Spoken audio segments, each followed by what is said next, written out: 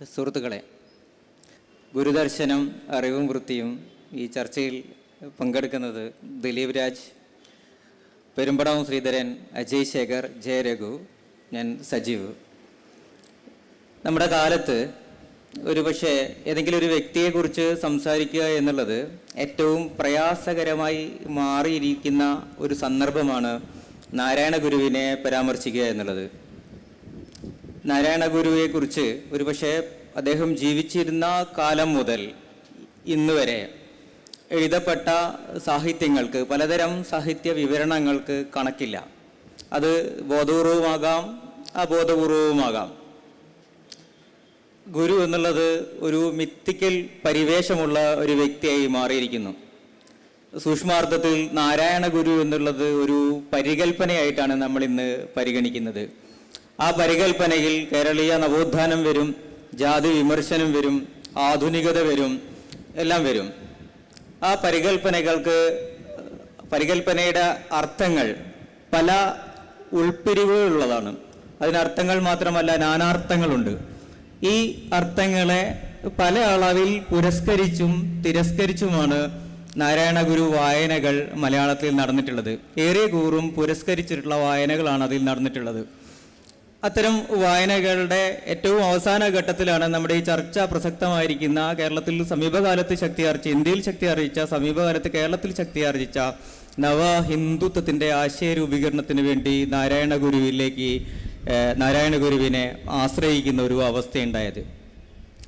ഇത് ഒരുപക്ഷെ നവോത്ഥാനത്തിൻ്റെ ഒരു ബൗദ്ധിക ചരിത്രം, പലപ്പോഴും നമ്മൾ നവോത്ഥാനത്തിൻ്റെ ബൗദ്ധികവുമായ ഒരു ചരിത്രം പല അളവുകളിൽ നവോത്ഥാനം എന്ന് വിളിക്കപ്പെട്ട ഒരു സാമൂഹിക പ്രക്രിയയുടെ ചരിത്രം നമ്മൾ എഴുതിയിരുന്നെങ്കിൽ മാത്രമേ നാരായണ ഗുരുവിൽ ആരോപിതമായിരിക്കുന്ന മിത്തിക്കൽ എലമെൻറ്റിനെ നമ്മൾക്ക് ഒഴിവാക്കാനാകുമായിരുന്നുള്ളൂ. അത്തരമൊരു സാധ്യതകളെ നവോത്ഥാനത്തിൻ്റെ ഭാരം ഇല്ലാതാക്കി കഴിഞ്ഞു. ഇനി അത്തരൊരു ശ്രമം സുസാധ്യമാണോ എന്ന് പറയാൻ പറ്റാത്ത ഒരു അന്തരീക്ഷം ഉണ്ടാവുകയും ചെയ്തു. ഈ അവസ്ഥയിലാണ്, അല്ലെങ്കിൽ ഈ ഒരു സന്ദർഭത്തിലാണ് നമ്മൾ നാരായണ ഗുരുവിനെ വീണ്ടും പുനർവായിക്കാൻ, നാരായണ ഗുരു ചിന്തകളുടെ മൗലികത എന്താണ്, നാരായണ ഗുരുവിൻ്റെ ഏതേത് വശങ്ങൾ, ഒരുപക്ഷെ ഒരു ഏറ്റവും സർഗാത്മകമായി ജീവിച്ച, ആത്മനിർമ്മാണം നടത്തിയിട്ടുള്ള 19-ാം നൂറ്റാണ്ടിൻ്റെ രൂപീകരണത്തിൽ പ്രധാന ശക്തിയായിട്ടുള്ള നാരായണ ഗുരുവിനെ നമ്മൾ വീണ്ടും വായിക്കേണ്ടി വരുന്ന ഒരു ചരിത്ര സന്ദർഭം ഇതാണ്. നാരായണ ഗുരുവിനെ കുറിച്ച് അദ്ദേഹം ജീവിച്ചിരുന്ന കാലത്ത് ചരിത്രം എഴുതിയിട്ടുള്ള കുമാരനാശാൻ തുടങ്ങി മയ്യനാട് ദാമോദരൻ, അതേപോലെ മൂർക്കോത്ത് കുമാരൻ മുതൽ കോട്ടുകോയിക്കൽ വേലായുധൻ വരെയുള്ള ആളുകൾ പലപ്പോഴും പ്രത്യക്ഷവും പരോക്ഷവുമായിട്ടുള്ള കേൾവികളെയും കേട്ടുകേൾവികളെയും ആധാരമാക്കി SNDP യോഗത്തിൻ്റെ പിന്നിൽ അവരുടെ ധർമ്മ സംസ്ഥാപനത്തിന് വേണ്ടിയിട്ട് നാരായണ ഗുരുവിനെ പല അളവിൽ ഉപയോഗിക്കാനുണ്ടായിട്ടുള്ളത്. ആ നാരായണ ഗുരുവിൻ്റെ തത്വം നമ്മൾ ഓർക്കേണ്ടത് 19-ാം നൂറ്റാണ്ടിലെ നാരായണ ഗുരുവിൻ്റെ പ്രവൃത്തികളോ നാരായണ ഗുരുവിൻ്റെ വചനങ്ങളോ 19-ാം നൂറ്റാണ്ടിൽ ആദ്യമായി തുടങ്ങുന്ന ഒരു സംഗതിയല്ല. 19-ാം നൂറ്റാണ്ടിലെ സന്യാസിമാർ പൊതുവായി പറഞ്ഞുകൊണ്ടിരുന്ന കാര്യങ്ങളാണ് ജാതിക്കെതിരായും മതത്തിനെതിരായിട്ടുമുള്ള ചിന്തകൾ. കേരള അനാചാരം എന്ന് പറയുന്ന ഒരു പുസ്തകം ആ കാലത്താണ് നമ്മുടെ വടകരയുള്ള സിദ്ധ സമാജത്തിൻ്റെ ആളുകളായിട്ടുള്ള ശിവാനന്ദ പരമഹംസരെ പോലുള്ള ആൾക്കാർ എഴുതുന്നത്. തൈക്കാട്ട് വൈകുണ്ഠ സ്വാമികളാണ് ഒരു ജാതി ഒരു മതം ഒരു ദൈവം എന്ന് പറയുന്ന പ്രസ്താവന ഇറക്കുന്നത്. ഇനി നാരായണ ഗുരുവിൻ്റെ പ്രവൃത്തികൾ പോലും അതിനു മുമ്പ് അതിന് പ്രാഗ്രൂപങ്ങളുണ്ട്. ആറാട്ടുപുഴ വേലായുധ പണിക്കരും അതേപോലെ താപസി ഓമൽ തുടങ്ങിയ ആൾക്കാരും നമ്മളീ പറയുന്ന ഈഴവ ശിവപ്രതിഷ്ഠ ഒക്കെ നടത്തിയ ആളുകളാണ്. അതുപോലും CV കുഞ്ഞുരാമൻ അദ്ദേഹത്തെക്കുറിച്ച് നാരായണ ഗുരുവിൻ്റെ ഫലിതങ്ങൾ എന്ന് പറയുന്ന പുസ്തകം എഴുതുമ്പോൾ എടുത്തു ചേർത്ത ഒരു സാധനമാണ് എന്ന് ഇന്ന് നിരീക്ഷിക്കപ്പെട്ടിട്ടുണ്ട്. ഇങ്ങനെ നാരായണ ഗുരുവിൽ ആരോപിതമായിട്ടുള്ള ഒരുപാട് കഥകൾ ഒരുപക്ഷെ പല അളവിൽ മാർജിനൽ എന്ന് വിളിക്കപ്പെട്ട ഒരു സമുദായത്തിൻ്റെ സ്വത്ത് രൂപീകരണത്തിനോ സാമുദായിക ശക്തി ആർജിക്കുന്നതിനോ പലപ്പോഴും നമുക്ക് ആവശ്യമായിരുന്നു. അത് മാറി. അതുകൊണ്ട് അത്തരമൊരു സമുദായത്തിൻ്റെ പിൻബലമില്ലാത്തത് കൊണ്ടാണ് പലപ്പോഴും നാരായണ ഗുരുവിനെ പോലെ തൈക്കാട്ട് അയ്യാവു നമ്മുടെ ചർച്ചയുടെ കേന്ദ്രത്തിലേക്ക് കടന്നു വരാതിരുന്നത്.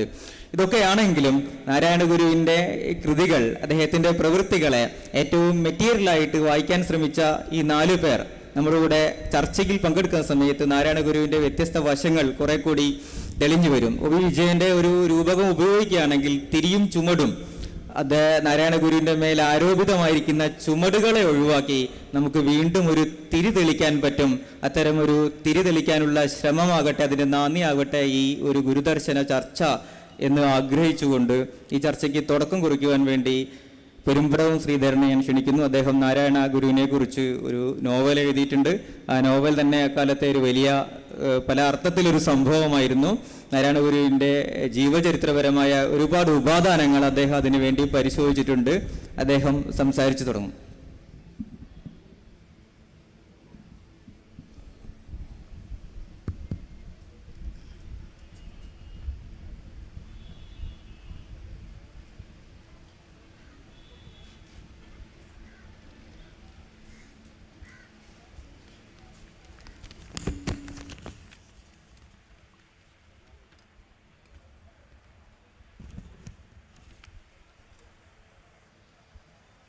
സുഹൃത്തുക്കളെ, നമസ്കാരം എല്ലാവർക്കും.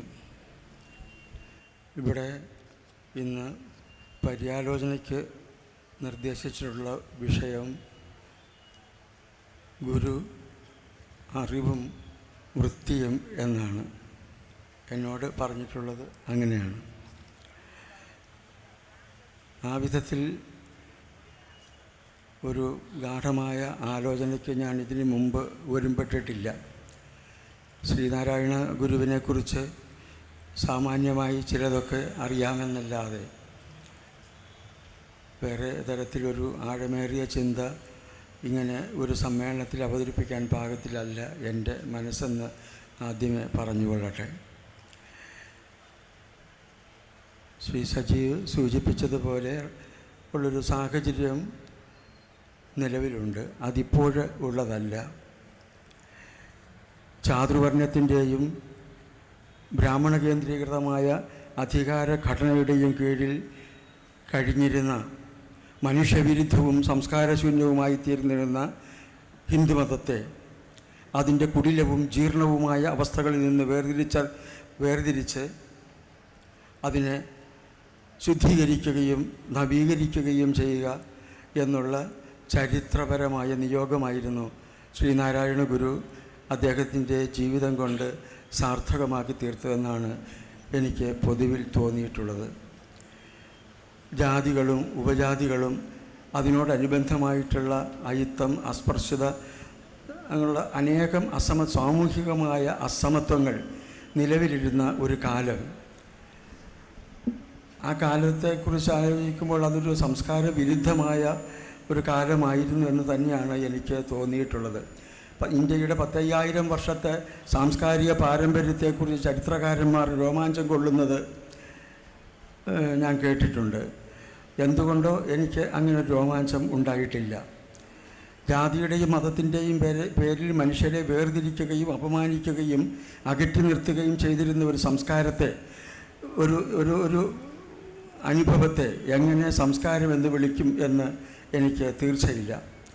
അത്തരം മനുഷ്യ വിരുദ്ധമായിരുന്നൊരു സാഹചര്യത്തിൽ ആണ് കേരളത്തിൽ ശ്രീനാരായണ ഗുരു ജനിച്ച് വളരുന്നത്. അനേക തരത്തിലുള്ള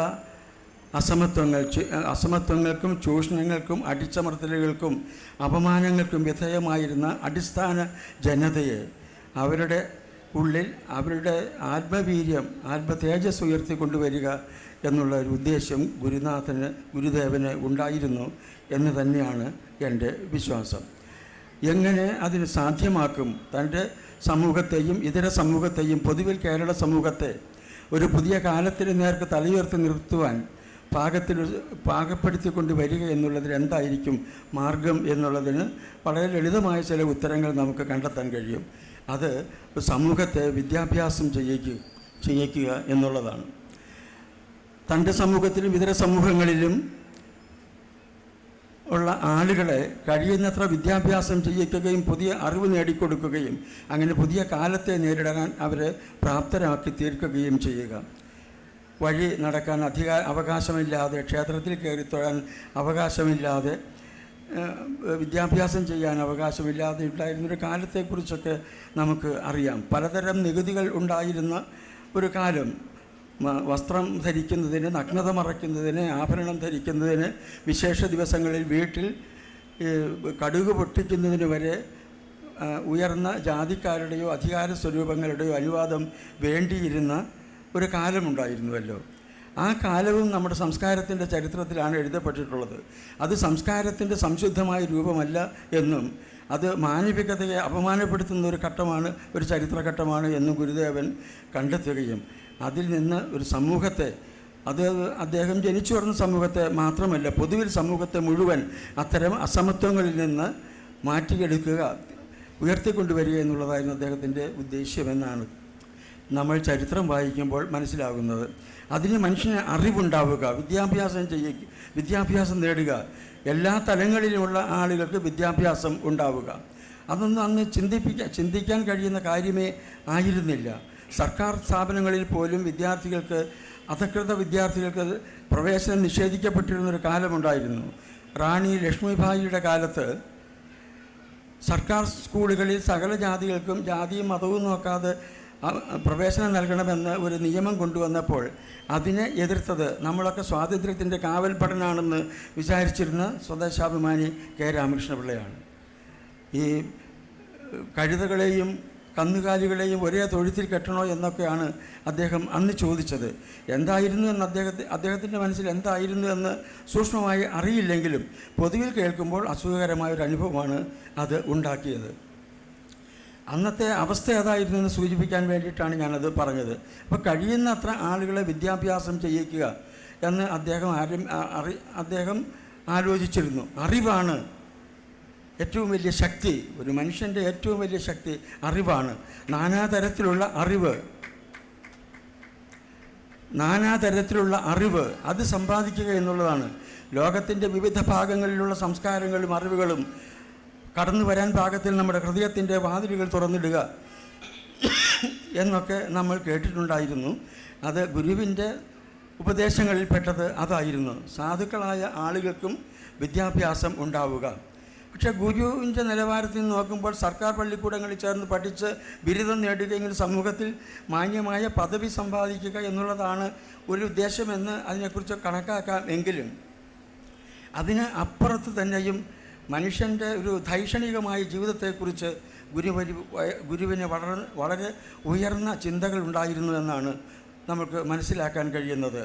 ബ്രഹ്മത്തെ അന്വേഷിച്ചുള്ള ആത്മീയമായ അന്വേഷണമായിരുന്നു ഇന്ത്യക്കാരനെ സംബന്ധിച്ചിടത്തോളം ഏറ്റവും വലിയ ഒരു ജ്ഞാനതൃഷ്ണ.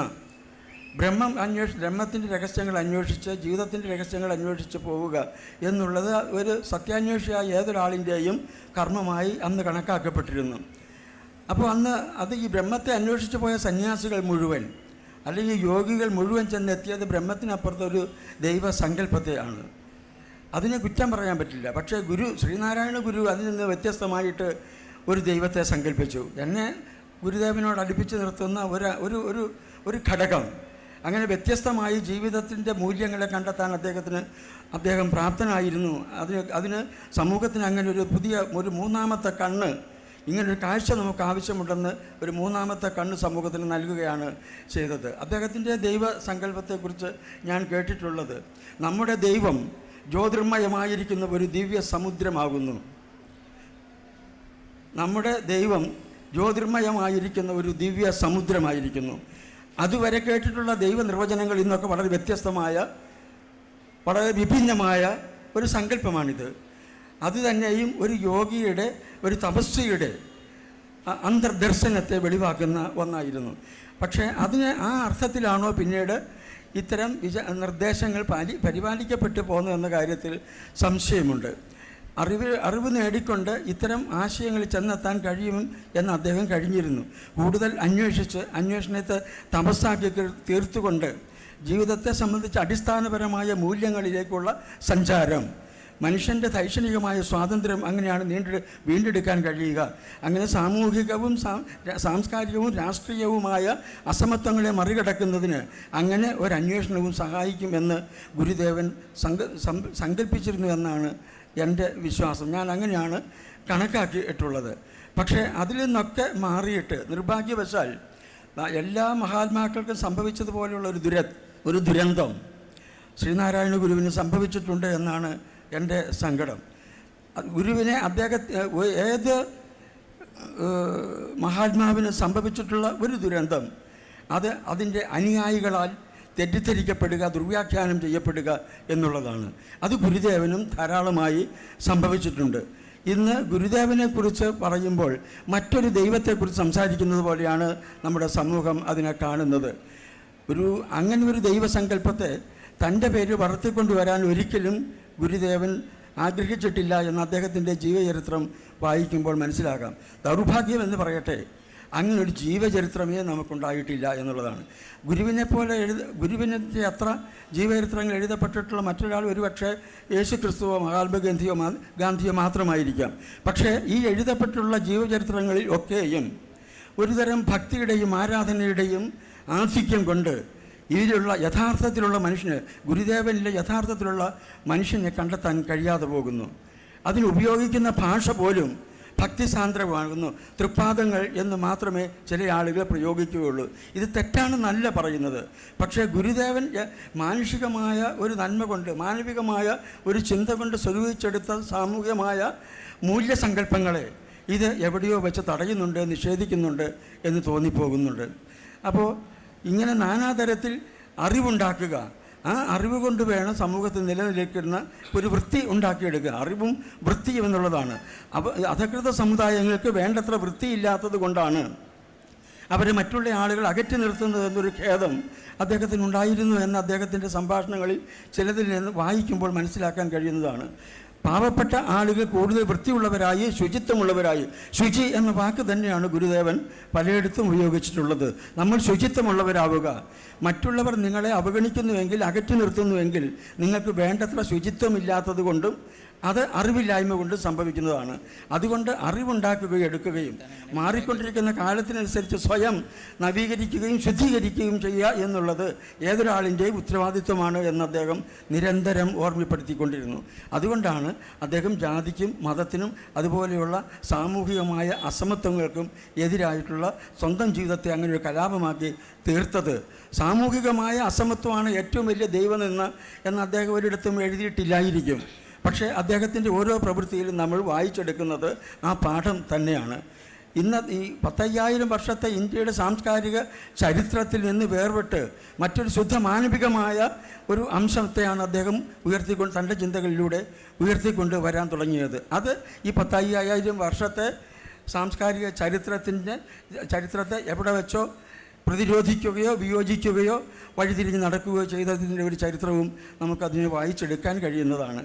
ഇങ്ങനെ ഏറ്റവും നവീനമായ, ഒരുപക്ഷെ ശാസ്ത്രീയമായ ഒരു ജീവിത വീക്ഷണം ഉണ്ടാവണം നമുക്ക് എന്നാണ് ഗുരു ആഗ്രഹിച്ചത്. അതിനാണ് ധാരാളമായി അറിവ് നേടണമെന്നും നമ്മളൊക്കെ ശുചിത്വം പാലിക്കണമെന്നും അദ്ദേഹം സമൂഹത്തിലെ താഴേക്കടയിലുള്ള ആളുകളെയും, താഴേക്കടയിലുള്ള വേർതിരിച്ചല്ല, എല്ലാ ആളുകൾക്കും അത് തന്നെയാണ് ഉണ്ടാവേണ്ടത് എന്ന് അദ്ദേഹം ഉപദേശിക്കുകയുണ്ടായി. അതുപോലെ തന്നെ മാറി വരുന്ന സാമൂഹികമായ മാറ്റങ്ങളിൽ മറ്റുള്ളവരുടെ സങ്കുചിതമായ ഒരു രാഷ്ട്രീയ വീക്ഷണമൊന്നും അദ്ദേഹത്തിന് ഉണ്ടായിരുന്നില്ല. ഇപ്പോൾ ബ്രിട്ടീഷുകാരോട് പോലെയുള്ള മനോഭാവം. നമുക്കതിലേക്ക് തിരിച്ചു വരാം സാർ. രഘു സംസാരിച്ചിട്ട് അങ്ങോട്ട് തിരിച്ചു വരാം. ഇതിൽ കുറച്ച് പൂരിപ്പിക്കാനുണ്ട്. സാർ പറഞ്ഞ കാര്യങ്ങൾ, നാരായണ ഗുരുവിൻ്റെ സാമൂഹ്യ പശ്ചാത്തലത്തെക്കുറിച്ച് ആർക്കും യാതൊരു സംശയമില്ല, അത് ഏകദേശം പറഞ്ഞു കഴിഞ്ഞൊരു സംഗതിയാണ്. ഈ സമയത്ത് സാർ രഘു സാറിന് ഇടപെടാൻ തോന്നുന്നു. സാർ, ഈ നാരായണ ഗുരുവിൻ്റെ അധസ്ഥിത സങ്കല്പത്തിൽ കേരളത്തിലെ ശൂദ്രർക്ക് താഴെയുള്ള സാമൂഹിക വിഭാഗങ്ങൾ ഉൾപ്പെടുന്നുണ്ടോ? അവരെങ്ങനെയാണ് നാരായണ ഗുരുവിൻ്റെ വിമോചന ദർശനങ്ങളെ ഉൾക്കൊണ്ടത്? ഒരു കാര്യം കൂടി വിശദീകരിച്ച്, നാരായണ ഗുരു പലപ്പോഴും അദ്വൈത വേദാന്തത്തിൻ്റെ കേന്ദ്രമായി കണ്ടെടുത്ത അദ്വൈത വേദാന്തം എന്ന് പറയുന്ന ഒരു സംഗതി നാരായണ ഗുരു വികസിപ്പിച്ചെടുത്തതിൽ ഇത് സമൂഹത്തെ സംബന്ധിച്ച് എന്തെങ്കിലും വിമോചനപരമായ അംശങ്ങളുണ്ടാവുമോ?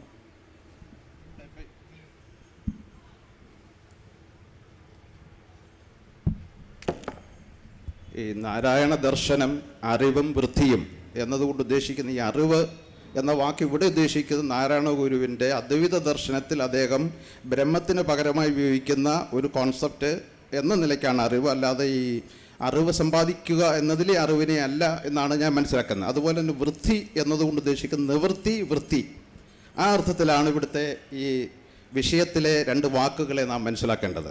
അപ്പോൾ നാരായണ ഗുരു ദർശനം എന്നത് കേൾക്കുമ്പോൾ സാധാരണയായി മലയാളികൾ മനസ്സിലാക്കിയിരിക്കുന്നത് നാരായണ ഗുരുവിൻ്റെ അദ്വൈത ദർശനത്തെക്കുറിച്ചാണ്. അതുകൊണ്ട് ഈ അദ്വൈത ദർശനത്തെക്കുറിച്ച് അല്ലെങ്കിൽ വേദാന്തത്തെക്കുറിച്ച് 2 വാക്ക് പറഞ്ഞുകൊണ്ട് വിഷയത്തിലേക്ക് കടക്കാമെന്ന് വിചാരിക്കുന്നു. അപ്പോൾ വേദാന്തം ഉപനിഷത്തുകളിലൊക്കെ പരാമർശിക്കുന്ന വേദാന്തം പറയുന്നത് ഈ പ്രപഞ്ചത്തിൻ്റെ ജീവിതത്തിൻ്റെ പരമമായ സത്യമെന്ന് പറയുന്നത് ബ്രഹ്മമാണ്. ഈ ബ്രഹ്മം ആണ് പരമസത്യം എന്ന് നിങ്ങളെ മനസ്സിലാക്കാൻ കഴിയാതിരിക്കുന്നത് നിങ്ങളുടെ അജ്ഞത കൊണ്ടാണ്. അല്ലെങ്കിൽ ഈ മായയായ ജഗത്താണ് സത്യമെന്ന് നിങ്ങൾ മനുഷ്യർ വിചാരിക്കുന്നത് നിങ്ങളുടെ ഈ അജ്ഞത കൊണ്ടാണ്. അപ്പോൾ അജ്ഞതയെ ഇല്ലാതാക്കുക. അപ്പോൾ ഈ അജ്ഞതയെ ഇല്ലാതാക്കുന്നതോടെ അല്ലെങ്കിൽ ഈ യഥാർത്ഥമെന്ന് സത്യമെന്ന് അല്ലെങ്കിൽ വാസ്തവമെന്ന് നിങ്ങൾ ഇതുവരെ ധരിച്ചിരിക്കുന്ന ഈ ജഗത്തിനെ പ്രാതിഭാസിക യാഥാർത്ഥ്യത്തെ നിഷേധിക്കുമ്പോഴാണ് നിങ്ങൾ സത്യം അറിഞ്ഞു. അല്ലെങ്കിൽ കുറച്ചുകൂടി വ്യക്തമായി പറഞ്ഞാൽ സത്യം ബ്രഹ്മസത്യത്തെ അറിയുക എന്ന് പോലുമല്ല, ബ്രഹ്മസത്യമായി അനുഭവിക്കുക, അല്ലെങ്കിൽ ബ്രഹ്മവുമായി പരമസത്യമായ ബ്രഹ്മവുമായി താതാത്മ്യപ്പെടുക, അനന്യമാകുക. ഇതാണ് പ്രപഞ്ചസത്യം എന്ന് പറയുക മാത്രമല്ല, ഇത് ജീവിത തത്വമാക്കി മാറ്റുകയും ചെയ്യുന്നു. അപ്പോൾ ഒന്ന്, ഈ യാഥാർത്ഥ്യം എന്ന് നിങ്ങൾ ഇതുവരെ ധരിച്ചിരുന്ന ജഗത്തിനെ, ഭൗതികമായ വസ്തുനിഷ്ഠമായ പ്രപഞ്ചത്തെ നിഷേധിക്കുന്നതാണ് സത്യം എന്ന് പറയുക. ഈ നെഗേഷനെ ഒരു ജീവിത തത്വമാക്കി മാറ്റുകയും ചെയ്യുക. Affirmation of the principle of negation. ഇതാണ് വാസ്തവത്തിൽ ഈ അദ്വൈത വേദാന്തം അല്ലെങ്കിൽ എല്ലാ ഉപനിഷത്തുകളിലും പ്രതിപാദിക്കുന്ന ഭാരതീയ തത്വചിന്ത എന്ന് പറയുന്നത്. ഒറ്റ വാചകത്തിൽ പറഞ്ഞാൽ affirmation of the principle of നെഗേഷനാണ്.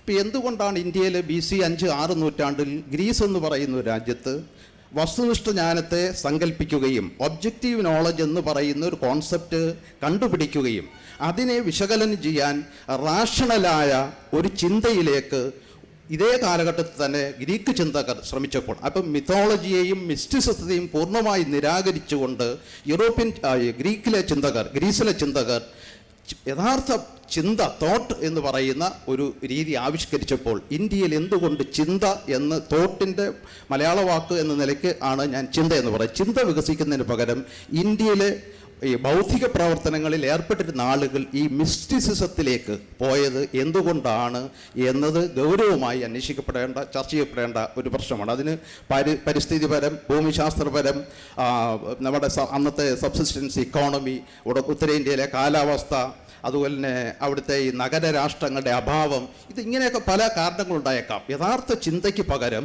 Mysticism എന്ന് പറയുന്ന ഒരു മനഃശാസ്ത്ര പ്രതിഭാസമാണ് ഇന്ത്യയിൽ തത്വചിന്ത എന്ന പേരിൽ ആവിർഭവിച്ചതും ഇന്നും അതിൻ്റെ വ്യാഖ്യാന ഭേദങ്ങളായി തുടരുന്നതും.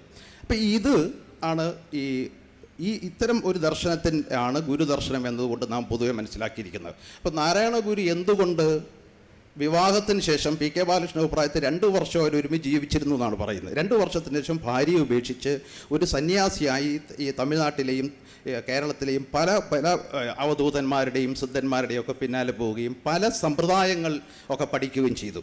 എന്തുകൊണ്ട് അദ്ദേഹം സന്യാസം സ്വീകരിച്ചു, എന്തുകൊണ്ട് കുടുംബജീവിതം ഉപേക്ഷിച്ചു എന്ന് ഇന്ന് മനസ്സിലാക്കാൻ നമ്മുടെ മുൻപിൽ യാതൊരു വസ്തുതകളോ തെളിവുകളോ ഇല്ല. കാരണം കുമാരനാശൻ തുടങ്ങി നേരത്തെ അദ്ദേഹം പറഞ്ഞ അദ്ദേഹത്തിൻ്റെ ആദ്യകാല ബയോഗ്രഫേഴ്സ് എന്ന് അവരെ വിളിക്കാൻ കഴിയില്ല, ഹാജിയോഗ്രാഫേഴ്സ് ആയിരുന്നു അവരെല്ലാം. തന്നെ പുണ്യവാള ചരിതങ്ങളാണ് അവരെഴുതിയത്.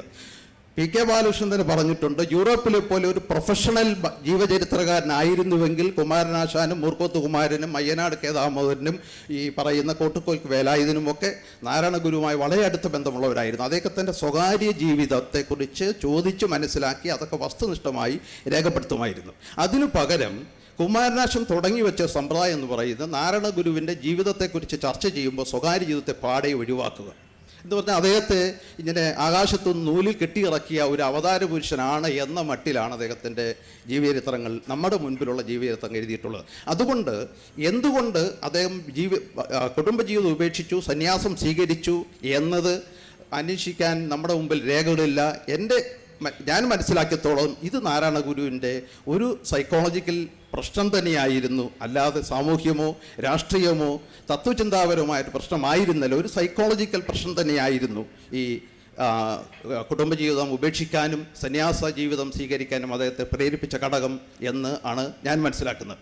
അപ്പോൾ ഇതിന് ശേഷം ഈ പല സിദ്ധന്മാരുടെയും പല യോഗിമാരുടെയും പല യോഗ ക്ലാസ്സുകളൊക്കെ എടുക്കുന്ന ആളുകളുടെയൊക്കെ കൂടെ പോയിട്ട് പല സമ്പ്രദായങ്ങൾ അദ്ദേഹം സ്വീകരിച്ചു.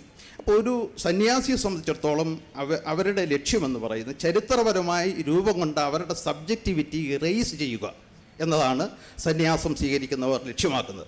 അപ്പോൾ അങ്ങനെ അവരുടെ ഹിസ്റ്റോറിക്കലി ഫോംഡായ ഒരു സബ്ജക്റ്റിവിറ്റിയെ മാറ്റി പ്രപഞ്ചത്തിൽ ലയിക്കുന്നതിന് വേണ്ടി, അനന്യമാകുന്നതിന് വേണ്ടി അവർ പുതിയ ചില അച്ചടക്കങ്ങൾക്ക് ഡിസിപ്ലിൻസിന് വിധേയമാകുന്നു. യോഗ, ധ്യാനം, പ്രാർത്ഥന, വസ്ത്രധാരണത്തിന് മാറ്റങ്ങൾ, ആഹാര രീതി എന്നൊക്കെ ഇങ്ങനെ പലതരം ഡിസിപ്ലിൻസ് അവരവരുടെ സ്വന്തം ജീവിതത്തിലേക്ക് കൊണ്ടുവരുന്നു. അപ്പോൾ ഒരു വശത്ത് സബ്ജക്റ്റിവിറ്റിയെ ഈ തുടച്ചു നീക്കുന്നതിന് വേണ്ടി, ഇറേസ് ചെയ്യുന്നതിന് വേണ്ടി ഒരു വശത്ത് ആഗ്രഹിക്കുന്ന സന്യാസികൾ, ഇത് നാരായണഗുരു ഉൾപ്പെടെയുള്ള ആളുകൾ പുതിയൊരു സബ്ജക്റ്റിവിറ്റിയുടെ ആളായി മാറുകയാണ്. ഈ യോഗ അഭ്യസിക്കുന്നതിലൂടെ, മൗനമായി ധ്യാനം നടത്തുന്നതിലൂടെ, മറ്റു പലതരം ഡിസിപ്ലിൻസിലൂടെ അവരുടെ ജീവിതത്തെ അവരൊരു പുതിയ സബ്ജക്റ്റിവിറ്റി റീഇൻസ്ക്രൈബ് ചെയ്യുകയാണ്. അപ്പോൾ നാരായണഗുരുവിൻ്റെ സന്യാസം എന്ന് പറയുന്നത് തീർത്തും അപാരമ്പര്യമാണ്.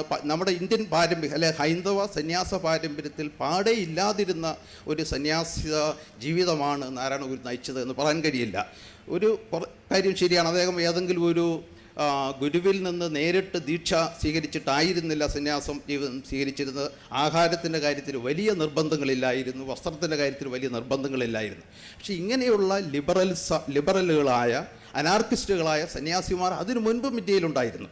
അപ്പോൾ ഇങ്ങനെ ലിബറൽ ആൻഡ് അനാർക്കിസ്റ്റായ സന്യാസിമാർ വന്നു കഴിഞ്ഞാൽ കുറേ തലമുറകൾ കഴിയുമ്പോൾ ഈ ലിബറൽ അനാർക്കിസ്റ്റ് സന്യാസവും പാരമ്പര്യവൽക്കരിക്കപ്പെടുന്നു, ട്രഡീഷണലൈസ് ചെയ്യപ്പെടുന്നു, അതിനെപ്പറ്റി കൃതികളുണ്ടാകുന്നു, ടെക്സ്റ്റലൈസ് ചെയ്യപ്പെടുന്നു. അപ്പോൾ യഥാർത്ഥ നാരായണഗുരു തൻ്റെ ഹിസ്റ്റോറിക്കലി ഫോംഡായ യഥാർത്ഥമായ സബ്ജക്റ്റിവിറ്റിയെ പൊടിച്ചു കളയുന്നതിന് വേണ്ടി ഒരു ട്രഡീഷൻ്റെ ഭാഗം തന്നെയായിരുന്ന പുതിയ ഒരു സബ്ജക്റ്റിവിറ്റിയെ അദ്ദേഹം സ്വന്തം ശരീരത്തിൽ, സ്വന്തം ജീവിതത്തിൽ പുതുതായി റീഇൻസ്ക്രൈബ് ചെയ്യുകയാണ് ചെയ്യുന്നത്. അപ്പോൾ ഇവിടെയാണ് എല്ലാ സന്യാസിമാരുടെയും ജീവിതത്തിൽ എന്ന പോലെ നാരായണഗുരുവിൻ്റെ ജീവിതത്തിൽ ഈ സബ്ജക്റ്റിവിറ്റിയുടെ ഒരു അംബിഗ്വിറ്റി, ഒരു സന്ദിഗ്ധമായ ഒരു അവസ്ഥ നാരായണഗുരുവിൻ്റെ ജീവിതത്തിൽ സംഭവിക്കുന്നു. അപ്പോൾ ഈ വളരെ കർശനമായ ഈ അച്ചടക്കങ്ങളിലൂടെയാണ് ഇവരുടെ സാധാരണ മനുഷ്യ സഹജമായ ക്രാമ, കോപ, മോഹങ്ങളൊക്കെ തന്നെ ഇല്ലാതാക്കാൻ ശ്രമിക്കുന്നത്. അതിലേറ്റവും പ്രധാനമാണ് ബ്രഹ്മചര്യം എന്ന് പറയുന്നത്. അപ്പോൾ ബ്രഹ്മചര്യം അതികർശനമായി ജീവിതത്തിൽ പാലിക്കുന്നവരാണ് മിക്ക സന്യാസിമാരും, സന്യാസത്തോട് സത്യസന്ധത പുലർത്തുന്ന സന്യാസിമാർ. അപ്പോൾ ഒരാൾക്ക് അവരുടെ മനുഷ്യ സഹജമായ വികാരങ്ങളെ സപ്രസ് ചെയ്തുകൊണ്ട് കർശനമായ സെലിബ്രേറ്റായി ജീവിക്കണമെന്നുണ്ടെങ്കിൽ അതിഭയങ്കരമായ ഒരു ഇച്ഛാശക്തി ആവശ്യമാണ്. അപ്പോൾ ഇത്തരത്തിലുള്ള വിൽ പവർ ചില സന്യാസിമാർക്കൊരു സ്വാതന്ത്ര്യം കൊടുക്കുന്നു എന്നതും ശരിയാണ്. കാരണം വളരെ ശക്തമായ ഒരു ഇച്ഛാശക്തി ഇല്ലാതെ ഒരു സെലിബസി അല്ലെങ്കിൽ ബ്രഹ്മചര്യം പ്രാക്ടീസ് ചെയ്യുക എന്നത് അത്ര എളുപ്പമല്ല. അപ്പോൾ ഇത് നാരായണഗുരുവിൻ്റെ ജീവിതത്തിൽ അദ്ദേഹം സന്യാസം സ്വീകരിച്ചതിനെ ഞാൻ ബോധപൂർവമായ ഒരു കലാപം, ഒരു റിവോൾട്ടായി കാണാനുള്ള തെളിവുകളൊന്നും തന്നെ നമ്മുടെ മുൻപിലില്ല. ബോധപൂർവമായി അന്ന് ഒരു അൺടച്ചബിൾ കാസ്റ്റ് എന്ന നിലയ്ക്ക് നാരായണഗുരുവിനെ പോലെ ഒരാൾക്ക് സന്യാസം നിഷിദ്ധമായിരുന്നു. അപ്പോൾ സമൂഹത്തിൽ സാങ്ഷൻഡായ ഒരു സ്ഥലത്ത് നിന്ന് പുറത്തു പോവുകയും അദ്ദേഹത്തിന് നിഷിദ്ധമായിരുന്ന സന്യാസം സ്വയം സ്വീകരിക്കുകയും ചെയ്തത് ബോധപൂർവമായിരുന്നോ ഇല്ലയോ എന്ന് ഞാൻ നേരത്തെ പറഞ്ഞ ഈ ജീവചരിത്രകാരന്മാരുടെ വസ്തുനിഷ്ഠതയില്ലായ്മ കൊണ്ട് നമുക്കിന്ന് അത് തീർത്ത് പറയാൻ കഴിയില്ല. പക്ഷേ എന്തായാലും ഈ സന്യാസം അദ്ദേഹത്തിന് പുതിയൊരു അധികാരം കൊടുക്കുന്നു. കാരണം ഈ ജാതി, ഈ ശ്രേണിക്ക് പുറത്തുള്ള സ്ഥാനം ഒരു പരിധിവരെ ആപേക്ഷികമായ സ്വാതന്ത്ര്യം കൊടുക്കുന്നു. പിന്നീട് അദ്ദേഹം 1888 അരുവിപ്പുറം പ്രതിഷ്ഠ, ഈ സന്യാസ ഞാൻ അലഞ്ഞു തിരിഞ്ഞ് അവിടെ വന്ന് ഒരു ക്ഷേത്രവുമായി ബന്ധപ്പെട്ടിരിക്കുമ്പോഴാണ് അദ്ദേഹം അരുവിപ്പുറം പ്രതിഷ്ഠ നടത്തുന്നത്. ഈ പ്രതിഷ്ഠ നടത്തുമ്പോൾ പോലും നാരായണഗുരുവിന് ഇതൊരു വലിയ വിപ്ലവ സംഭവമായി മാറും എന്ന ഉദ്ദേശത്തോടുകൂടി ആയിരുന്നു എന്നതിനും വസ്തുതാപരമായി തെളിവുകളില്ല. ഈ പ്രതിഷ്ഠാ കർമ്മത്തിന് ശേഷം കുറേ വർഷങ്ങൾക്ക് ശേഷം തലശ്ശേരി ജഗന്നാഥ ക്ഷേത്രത്തിൽ പ്രതിഷ്ഠ നടത്തുമ്പോഴാണ് അദ്ദേഹത്തോട് നിങ്ങൾക്ക് ശിവപ്രതിഷ്ഠ നടത്താൻ എന്താ അധികാരമെന്ന് ചില ബ്രാഹ്മണർ ചോദിച്ചതായി മോയാരത്ത് ശങ്കരൻ രേഖപ്പെടുത്തിയിട്ടുണ്ട്. അദ്ദേഹം ഈ സംഭവത്തിന് സാക്ഷിയാണ്. അപ്പോഴാണ് നാരായണഗുരു വളരെ ക്ലവറായ ഉത്തരം, ഈ ബ്രാഹ്മണർ ശിവപ്രതിഷ്ഠ നടത്തിയ എന്ത് അധികാരമെന്ന് ചോദിക്കുമ്പോൾ അവരുടെ മനസ്സിലുള്ള ചോദ്യത്തിലുള്ളത് പരമ്പരാഗതമായ സംസ്കൃത ഡിസ്കോഴ്സ്, ബ്രാഹ്മണിക് ഡിസ്കോഴ്സുള്ള ശിവനെയാണ്. അപ്പോൾ അവരുടെ ഗെയിമിലേക്ക് അവർ നിശ്ചയിക്കുന്ന കളി നിയമങ്ങളനുസരിച്ച് കളിക്കാൻ ഇറങ്ങുന്നതിന് പകരം അദ്ദേഹം പുതിയൊരു പദപ്രയോഗം ഈരവ ശിവൻ. അപ്പോൾ ഈരവ ശിവൻ എന്ന് കേൾക്കുമ്പോൾ അത് ബ്രാഹ്മണിക് ഡിസ്കോഴ്സിലുള്ള ഒരു ടേമല്ല. അതോടെ അവർക്ക് ചോദ്യം അവസാനിപ്പിച്ച് പിൻവാങ്ങേണ്ടി വന്നു. അപ്പോൾ അപ്പോഴാണ് യഥാർത്ഥത്തിൽ സന്യാസിയായിരുന്ന നാരായണ ഗുരു താൻ ഒരു ഈഴവൻ കൂടിയാണ് എന്ന ഒരു വെളിപ്പെടുത്തൽ, ഒരു ആഘാത ചാട്ടുളി പോലെ അദ്ദേഹത്തിൻ്റെ ഈ മനസ്സിൽ പതിക്കുന്നത്. അപ്പോൾ യഥാർത്ഥത്തിൽ അദ്വൈത സന്യാസത്തെ കുറച്ച് ആന്തരികവൽക്കരിച്ചിട്ടുള്ള നാരായണ ഗുരുവും ഒരു വെറും അധകൃതനായ ഈഴവനും എന്ന വലിയൊരു പിളർപ്പ് അദ്ദേഹത്തിൻ്റെ സബ്ജക്റ്റിവിറ്റിയിലുണ്ടാക്കുന്നു. ഇതാണ് ഞാൻ നേരത്തെ പറഞ്ഞ ഈ കുറച്ച് അംബീഗുവസ് സബ്ജക്റ്റിവിറ്റി. അപ്പോൾ ഈ സബ്ജക്റ്റിവിറ്റിയിൽ ഒരു വശത്ത് അദ്ദേഹം പരമ്പരാഗതമായ സന്യാസ അദ്വൈത മൂല്യങ്ങളുടെയും വ്യക്താവാണ്. അതേസമയം തന്നെ 1888 ശേഷം, പ്രത്യേകിച്ചും 1903 ശേഷം അദ്ദേഹം SNDPയുടെ നേതാവ് പ്രസിഡൻ്റായിത്തീരുന്നതോടുകൂടി അദ്ദേഹത്തിൻ്റെ പ്രവർത്തനങ്ങൾ, ഈ സംഘടനയിലെ പ്രസംഗങ്ങൾ, അദ്ദേഹത്തിൻ്റെ സംഭാഷണങ്ങൾ, അദ്ദേഹത്തിൻ്റെ ഈ സന്ദേശങ്ങൾ, ഇവയെല്ലാം തന്നെ അദ്ദേഹം സ്വന്തം സന്യാസത്തെയും അദ്ദേഹം സ്വീകരിച്ചിട്ടുള്ള അദ്വൈത വിശ്വാസങ്ങളെയും റദ്ദാക്കുന്നതായിരുന്നു അദ്ദേഹത്തിനിത്. അതുകൊണ്ട് നാരായണ ഗുരു ഈ പരമ്പരാഗതമായ ഹൈന്ദവ മൂല്യങ്ങളും നാരായണ ഗുരുവിലുണ്ട്, രാഷ്ട്രീയ മൂല്യങ്ങൾ, ആധുനികമായ മതേതരമായ രാഷ്ട്രീയ മൂല്യങ്ങളും അദ്ദേഹത്തിലുണ്ട്. അപ്പോൾ അദ്ദേഹത്തിൻ്റെ കൃതികളൊന്നും തന്നെ, ഒന്നോ രണ്ടോ, ജാതി നിർണയം, ജാതി മീമാംസ, ജാതി രക്ഷണം, ഈ 3 ചെറു കാവ്യങ്ങൾ ഒഴിച്ചാൽ ബാക്കിയെല്ലാം ആത്മോപദേശകം, അദ്വൈത ദർശനമാലിക, അദ്വൈത ദീപിക, ഈ കൃതികളെല്ലാം തന്നെ അദ്ദേഹം ശീലിച്ചതും ആന്തരികവൽക്കരിച്ചതുമായ അദ്വൈത തത്വങ്ങളുടെ ഇമിറ്റേഷൻ മാത്രമാണ്. അതിന് കാര്യമായ ഒരു മൗലികതയുണ്ട് എന്ന് പോലും നമുക്ക് പറയാൻ കഴിയില്ല. തലമുറകളായി വ്യാഖ്യാനിക്കത്തിനുമേൽ വന്ന വ്യാഖ്യാനങ്ങൾ അദ്ദേഹം വ്യാഖ്യാനിക്കുക മാത്രമായിരുന്നു ചെയ്തത്. പക്ഷേ അദ്ദേഹത്തിൻ്റെ പബ്ലിക് സ്പിയറിലുള്ള പ്രവർത്തനങ്ങളെയാണ് നാം അദ്ദേഹത്തിൻ്റെ ഈ പിളർന്ന സബ്ജക്റ്റിവിറ്റിയിലെ പൊളിറ്റിക്കൽ സബ്ജക്റ്റിവിറ്റിയായി നാം കാണേണ്ടത്. അതിലേറ്റവും ദുഃഖകരമായ ഒരു വസ്തുത, അദ്ദേഹം ഈ സന്യാസ പാരമ്പര്യത്തിന് വിധേയതായിരുന്നുകൊണ്ട് തൻ്റെ തന്നെ രാഷ്ട്രീയവും റാഡിക്കലുമായ പ്രയോഗങ്ങളെ രാഷ്ട്രീയവും റാഡിക്കലുമായ ഒരു ഡിസ്കോഴ്സിലൂടെ ആവിഷ്കരിക്കാനും അദ്ദേഹത്തിന് കഴിഞ്ഞില്ല. അദ്ദേഹത്തിൻ്റെ മോഡ് ഓഫ് ഡിസ്കോഴ്സ് അതിൻ്റെ പ്രവൃത്തിയെപ്പോലെ തന്നെ റാഡിക്കൽ ആയിരുന്നില്ല എന്നതാണ് ഇതിനകത്ത് ദുഃഖകരമായ ഒരു കാര്യം. സമയപരിമിതി ഉള്ളതുകൊണ്ടാണ് നമ്മളിങ്ങനെ തിരക്ക് കൂട്ടുന്നത്. ആ അർത്ഥത്തിൽ മനസ്സിലാക്കണം. ജയരഘു പറഞ്ഞു വെച്ച ആ ഒരു സ്പേസിലേക്ക് ദിലീപ് രാജൻ ഇടപെടാനുള്ള സമയമായെന്ന് തോന്നുന്നു. തത്വചിന്താപരമായി ഗുരുവിനെ എങ്ങനെ വായിക്കാം? ഒരുപക്ഷെ കുറേ വർഷങ്ങൾക്ക് മുമ്പ് ഗുരുവിൻ്റെ ജീവിതം തന്നെ ദർശനമെന്ന് ഉള്ള ഒരു ലേഖനം ദിലീപ് എഴുതിയത് എൻ്റെ ഓർമ്മയിലേക്ക് വരുവാണ്. ഒരു തത്വശാസ്ത്ര വിദ്യാർത്ഥി എന്നുള്ള നിലയിൽ അദ്ദേഹം ആ ലേഖനം മാത്രമല്ല, പിന്നീട് ഗുരുചിന്തന ഒരു മുഖവുര എന്ന് പറയുന്ന നിസാറിൻ്റെ പുസ്തകത്തിൻ്റെ സഹാരിയായിട്ടും പ്രവർത്തിച്ചിട്ടുണ്ട്. ഇത്തരം ചില സങ്കല്പങ്ങളെ ഒരു പക്ഷേ ഈ ഗുരുവിനെ പരികൽപ്പനാപരമായി സമീപിക്കുന്ന ഒരു വ്യവഹാരത്തിൻ്റെ ഭാഗമാണ് ദിലീപ് രാജ്. അതിൽ അദ്ദേഹം ഉപയോഗിക്കുന്ന ചില പദങ്ങൾ, നിർബാധ്യത, ഉപേക്ഷ, അത്തരം ചില സംഗതികൾ, അത് ആധുനികതയുമായിട്ടുള്ള ഗുരുവിൻ്റെ നെഗോഷിയേഷൻ, ഫൂക്കോയിനെ പിൻപറ്റി ദിലീപ് ഒരിക്കൽ നിരീക്ഷിച്ചതുപോലെ ഒരു നിലനിൽക്കുന്ന വ്യവസ്ഥിതിയെ പരിക്കേൽക്കാതെ മാറ്റി തീർക്കുന്ന ഒരു ബോധലേറിയൻ ആധുനികത ഗുരുവിലുണ്ട് തുടങ്ങിയ കാര്യങ്ങളൊക്കെ ബന്ധപ്പെടുത്തിക്കൊണ്ട് ഗുരുവിലേക്ക് ഈ ചർച്ച കൊണ്ടുപോകണമെന്ന് അഭ്യർത്ഥിക്കുന്നു. ഒരുപക്ഷെ രഘു പറഞ്ഞു നിർത്തിയ സമയത്ത് നാരായണ ഗുരുവിലെ മൗലികത ഇല്ലായ്മ അദ്ദേഹത്തിൻ്റെ കൃതികളിലാണ്, രാഷ്ട്രീയ ജീവിതത്തിലായിരിക്കും ഒരുപക്ഷെ അത് അദ്ദേഹത്തിൻ്റെ സർഗാത്മകത ഉള്ളടങ്ങിയിട്ടുള്ളത് എന്ന് സൂചിപ്പിക്കുകയുണ്ടായി. എനിക്ക് നേരെ തിരിച്ചാണ് പറയാനുള്ളത്. അറിവ് എന്ന വാക്ക് തന്നെയാണ് നാരായണ ഗുരു എന്ന തത്വചിന്തകൻ്റെ, കവിയുടെ ഏറ്റവും മൗലികമായ ഒരു സംഭാവനയായിട്ട് ഞാൻ കരുതുന്നത്. അറിവ് എന്ന പദം മലയാളത്തിൽ തത്വചിന്തയിലായാലും കവിതയിലായാലും ഇത്രയും സർഗാത്മകമായി ഉപയോഗിച്ചിട്ടുള്ള വേറൊരു എഴുത്തുകാരൻ അതിനു മുന്നോ പിന്നോ ഉണ്ടെന്ന് എനിക്ക് തോന്നുന്നില്ല. അതുകൊണ്ടാണ് കവിയായ കുമാരനാശാൻ ഒരു കൃതിക്ക് വ്യാഖ്യാനം എഴുതിയിട്ടുണ്ടെങ്കിൽ അത് ആത്മോപദേശ ശതകത്തിൻ്റെ ആദ്യത്തെ 3 ശ്ലോകങ്ങൾക്കാണ്. അപ്പോൾ കുമാരനാശാനെ പോലും ഗദ്യകാരനാക്കാൻ കഴിഞ്ഞ ഒരു കവി എന്നുള്ള നിലയ്ക്ക് നമ്മൾ നാരായണ ഗുരുവിനെ കാണുകയാണെങ്കിൽ അദ്ദേഹത്തിൽ ഈ അറിവ് എന്ന പദം എന്ത് നിഷ്കൃഷ്ടാർത്ഥത്തിലാണ് വന്നിട്ടുള്ളത്. കവിയാവുമ്പോൾ അങ്ങനെ ഒരു നിഷ്കൃഷ്ടാർത്ഥമൊന്നും ഉണ്ടാവില്ല. എങ്കിലും കുമാരനാശാൻ ആ ആത്മോപദേശ ശതക വ്യാഖ്യാനത്തിൽ അറിയുന്നവൻ ജ്ഞാതാവ്, അറിയപ്പെടുന്നത് ജ്ഞാനം, അറിവ് ജ്ഞേയം. ഈ 3 മടങ്ങായിട്ടുള്ള പദാർത്ഥങ്ങളെക്കുറിച്ച് വ്യത്യാസങ്ങളെക്കുറിച്ചും അതിനെ തന്നെ ദൃക്ക് ദൃശ്യം എന്ന്, അറിയുന്നത് അറിയപ്പെടുന്നത് എന്ന് 2ആയിട്ട് വിഭജിക്കുന്ന ശീലങ്ങളെക്കുറിച്ചൊക്കെ പറയുന്നുണ്ട്. ഇപ്പോൾ ഇവിടെ സൂചിപ്പിക്കപ്പെട്ട അദ്വൈത ദീപികയിൽ നേരല്ല ദൃശ്യം അത് ദൃക്കിനെ നീക്കി നോക്കിൽ വേറല്ല വിശ്വം അറിവാം മരുവിൽ പ്രവാഹം എന്ന് നാരായണഗുരു പറഞ്ഞിട്ടുണ്ട്. അപ്പോൾ നാരായണഗുരുവിൻ്റെ തത്വചിന്താപരമായ കൃതികളിൽ നിന്നും 2 ഭാഗങ്ങളെങ്കിലും ഇവിടെ ഈ ചർച്ചയിൽ വരണം എന്നുള്ളത് കൊണ്ട് ഞാൻ ഈ ആത്മോപദേശ ശതകത്തിലെ 11ാം ശ്ലോകം കൂടി ഇവിടെ ഈ ചർച്ചയിലേക്ക് സംഭാവന ചെയ്യുകയാണ്. അത് അഹമഹം എന്നരുളുന്നതൊക്കെ ആരായുകിൽ അതുമേ പലതല്ല അതേകമാകും എന്നാണ് അതിൻ്റെ ആദ്യത്തെ 2 പേര്. അപ്പോൾ ഗുരുവിനെ സംബന്ധിച്ച് അറിവ് എന്ന് പറയുന്നത് എൻ്റെ അഭിപ്രായത്തിൽ ബോധവുമായി ബന്ധപ്പെട്ടതാണ്. അല്ലെങ്കിൽ ഗുരുവിൻ്റെ തത്വചിന്തയിലെ ഏറ്റവും കേന്ദ്രസ്ഥാനത്ത് വരുന്ന ആത്മം അല്ലെങ്കിൽ അഹം എന്ന് പറയുന്ന സങ്കല്പവുമായി ബന്ധപ്പെട്ടതാണ്. ആത്മം എന്നത് ഗുരുവിനെ സംബന്ധിച്ച് അറിവ് അല്ലെങ്കിൽ ബോധം തന്നെയാണ്. ബോധത്തിൻ്റെ റൂട്ട് മീനിങ്ങും അറിയുക, ബുദ്ധി എന്നുള്ളതാണ്. അപ്പോൾ അത് ചിത്ത് എന്ന് പറയുന്ന ജ്ഞാനസ്വരൂപമായിട്ടുള്ള ചിത്ത് തന്നെയാണ് അതിൻ്റെ ഉള്ളടക്കമായിട്ട് അദ്ദേഹം കാണുന്നത്.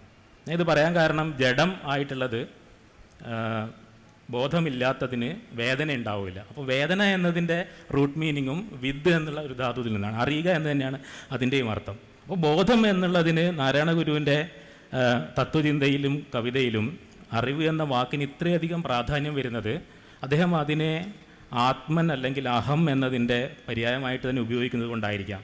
ഇവിടെ സൂചിപ്പിച്ചതുപോലെ ബ്രഹ്മം എന്നുള്ളതിൻ്റെ പര്യായമായിട്ടും അദ്ദേഹം അറിവ് തന്നെയാണ് ഉപയോഗിക്കുന്നത്.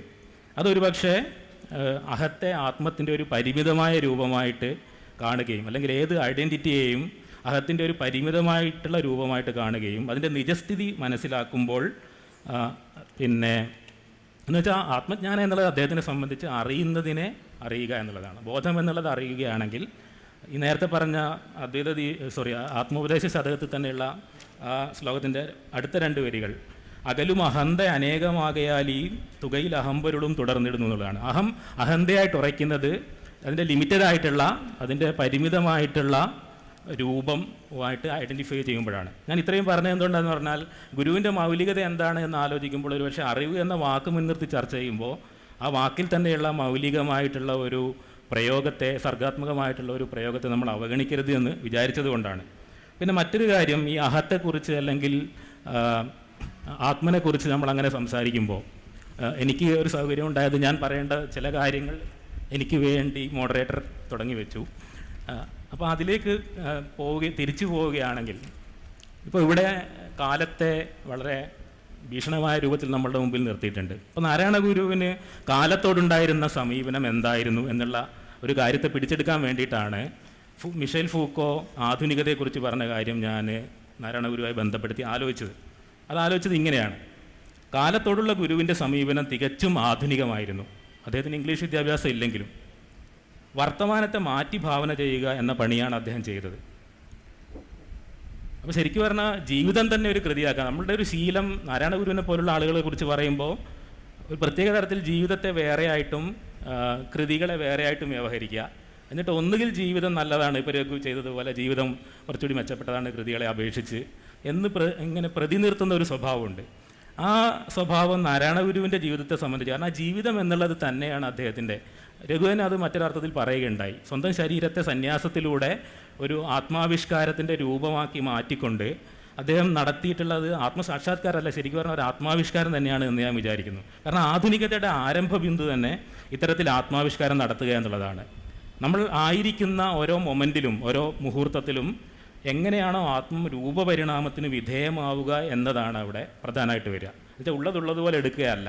ഗുരുവിന് സന്യാസം എന്നുള്ളത് ആ അർത്ഥത്തിൽ ഒരു സെൽഫ് ക്രിയേഷൻ ആയിരുന്നു എന്നാണ് ഞാൻ വിചാരിക്കുന്നത്. ഒരിക്കലും ഒരു ആത്മസാക്ഷാത്കാരം ആയിട്ട് കാണുന്നില്ല. ഈ രണ്ടാമത്, ഈ ആത്മം എന്നുള്ളതിന് ഒരു സന്ദർഭമുണ്ട്. അതിവിടെ പലതരത്തിൽ സൂചിപ്പിക്കപ്പെട്ടു കഴിഞ്ഞു. കൊളോണിയലായിട്ടുള്ള അധിനിവേശത്തിൻ്റെ ഒരു സന്ദർഭത്തിലാണ് ആത്മം എന്ന് പറയുന്ന ഒരു കാര്യം ഇവിടെ അവതരിപ്പിക്കപ്പെട്ടത്. കാരണം ആത്മം എന്ന് പറയുന്നത് ഒരു കോൺസ്റ്റൻ്റ് ആണ്, ഒരു സ്ഥിരരാശിയാണ്. ബുദ്ധിസത്തിലേക്കൊക്കെ നമ്മൾ പോവുകയാണെങ്കിൽ അത് ഒരു ചരരാശിയാണ്, അതങ്ങനെ കോൺസ്റ്റൻ്റ് അല്ല. അപ്പോൾ കൊളോണിയലായിട്ടുള്ള ഒരു സന്ദർഭത്തിൽ ബ്രിട്ടീഷ് അധിനിവേശത്തിനെതിരായി സമരം ചെയ്യുന്ന ആളുകളെ സംബന്ധിച്ചിടത്തോളം, പ്രത്യേകിച്ചും കീഴ്ജാതിക്കാരെ സംബന്ധിച്ചിടത്തോളം, എനിക്കുമുണ്ട് ഒരു സ്ഥിരമായിട്ടുള്ള ആത്മൻ സാക്ഷാത്കരിക്കാൻ എന്നുള്ളത് ശാക്തീകരണം നൽകുന്ന ഒരു കാര്യം തന്നെയാണ്. അതുകൊണ്ടായിരിക്കാം അദ്വൈതം എന്നുള്ളത് ആ പ്രത്യേക കോണ്ടക്സ്റ്റിൽ ഇന്ത്യയിലുടനീളം ഇന്ത്യൻ തത്വചിന്തയിൽ ഏറ്റവും പ്രധാനപ്പെട്ട ഒരു പാരമ്പര്യമായിട്ട് സ്ഥാപിക്കപ്പെട്ടത്. മുമ്പത്തെ കാര്യങ്ങൾ നോക്കുകയാണെങ്കിൽ അദ്വൈതത്തിന് അങ്ങനെ ഒരു പ്രാമാണികതയൊന്നുമില്ല. ആ ഒരു കോണ്ടക്സ്റ്റ് പക്ഷേ നാരായണ ഗുരുവിൻ്റെ ചിന്തയെ ഡിറ്റർമിൻ ചെയ്യുന്നു എന്ന് പറയുകയാണെങ്കിൽ, ഗ്രീക്കുകാരുടെ കാലത്ത് എന്തുകൊണ്ട് ഇന്ത്യയിലെ ചിന്ത ഇവിടെ അങ്ങനെ ആയി എന്നുള്ളതിനെ ഇവിടുത്തെ കാലാവസ്ഥയായിട്ടൊക്കെ ബന്ധപ്പെടുത്തി നമ്മൾ വിശദീകരിക്കാൻ ശ്രമിക്കുന്നത് എൻ്റെ അർത്ഥത്തിൽ ഒരു തരത്തിലുള്ള റിഡക്ഷനിസമാണ്. ആ തരത്തിൽ സന്ദർഭത്തിലേക്ക് ചിന്തയെ ലഘൂകരിക്കാൻ നമ്മൾ തയ്യാറല്ലെങ്കിൽ, ചിന്ത ഉയർന്നു വന്ന സാഹചര്യത്തെ അതിൻ്റെ സങ്കീർണതകളോടുകൂടി മനസ്സിലാക്കാൻ നമ്മൾ ശ്രമിക്കുകയാണെങ്കിൽ, എനിക്ക് തോന്നുന്നത് മരിച്ചുപോയ ശ്രീ എം മുരളീധരൻ നടത്തിയ ആത്മത്തെക്കുറിച്ച് നടത്തിയ ഒരു നിരീക്ഷണമുണ്ട്. അതായത് ഹൈന്ദവമായ റൂട്ടുള്ള ഒരു യൂണിവേഴ്സലാണ്, ഒരു സാർവജനീനതയാണ് ആത്മം എന്ന് പറയുന്നത്. അതുകൊണ്ട് ജാതി നശിക്കുകയാണെങ്കിൽ ഹിന്ദു സമുദായമാണ് അവശേഷിക്കുക, ഹ്യൂമാനിറ്റി അല്ല. ആ യൂണിവേഴ്സലിന് അങ്ങനെ ഒരു പ്രശ്നമുണ്ട്. അപ്പോൾ ശരിക്ക് ഇന്ന് എൻ്റെ നിലപാടിലേക്ക് നേരിട്ട് വരികയാണെങ്കിൽ, അദ്വൈത പാരമ്പര്യങ്ങളുടെ സംസ്കൃതവൽക്കരണ ആഭിമുഖ്യത്തെയും ആധുനികതയുടെ സവർണമുദ്രകളെയും നിശിതമായ വിമർശനത്തിന് വിധേയമാക്കേണ്ട ഒരു സന്ദർഭമായിട്ടാണ് ഞാൻ കാണുന്നത്. വാസ്തവത്തിൽ ഇത് ഒരു ആഭ്യന്തരമായിട്ടുള്ള വിമർശനത്തിന് ഇന്ന് വിധേയമായിക്കൊണ്ടിരിക്കുന്നുണ്ട്. പ്രത്യേകിച്ചും ആധുനികതയുടെ സവർണമുദ്രകൾ വിമർശന വിധേയമായിക്കൊണ്ടിരിക്കുന്നുണ്ട്. അപ്പോൾ എന്തുകൊണ്ടാണ് ചലോ തിരുവനന്തപുരം എന്ന് പറയുന്ന ഒരു സമരം ഇപ്പോൾ നടക്കുമ്പോൾ അതിൻ്റെ കേന്ദ്ര മുദ്രാവാക്യം കേരള മോഡൽ പൊളിച്ചെഴുതുക എന്നായിരിക്കുന്നത് എന്ന് ആലോചിച്ചാൽ നമുക്കിത് പിടികിട്ടുമായിരിക്കും. അപ്പോൾ ഇന്നത്തെ ഒരു ദേശീയ സന്ദർഭത്തിൽ ഒരു അക്രമോത്സുകമായ ഹിന്ദുത്വ സമർത്ഥനത്തിൻ്റെ അന്തരീക്ഷത്തിൽ അതിന് തടയിടാൻ വേണ്ടി ഗുജറാത്തിൽ ഉനോ പോലുള്ള ഉശിരൻ സിവിൽ സമൂഹ പ്രസ്ഥാനങ്ങളാണ് ഉയർന്നു വരുന്നത്. അത് ഗുജറാത്തിലായാലും കേരളത്തിലായാലും